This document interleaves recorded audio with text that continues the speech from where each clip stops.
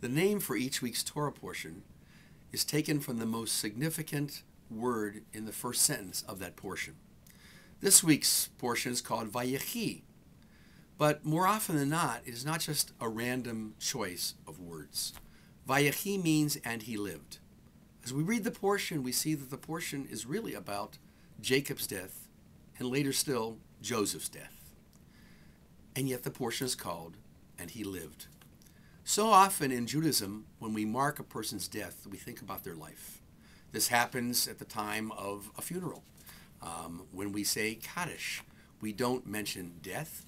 We praise God and thank God for the life that was that person's. We also don't celebrate someone's birthday after they're dead. We observe their remembrance at their Yizkor, at the time of death. When a person is born, we have no idea what will become of that person. And yet, when they die, we have a very thorough idea of the kind of life that they lived. Its pluses and its minuses. Jacob's life is a great example. Jacob began his life with deception, fooling his dad, tricking his brother. And in the end, we see throughout his life he had lots of sadness and lots of pain.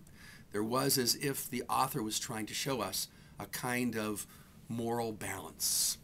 I think the Bible is trying to tell us that sometimes during life, things don't seem to be working. Things get bad, they get worse. We feel suffering and we feel pain.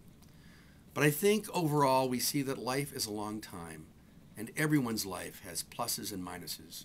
And in looking back, if we can make a balance and see the accomplishments as well as the disappointments, the joy as well as the sorrow, we can find a kind of sweetness and poetic justice and wholeness in our life too.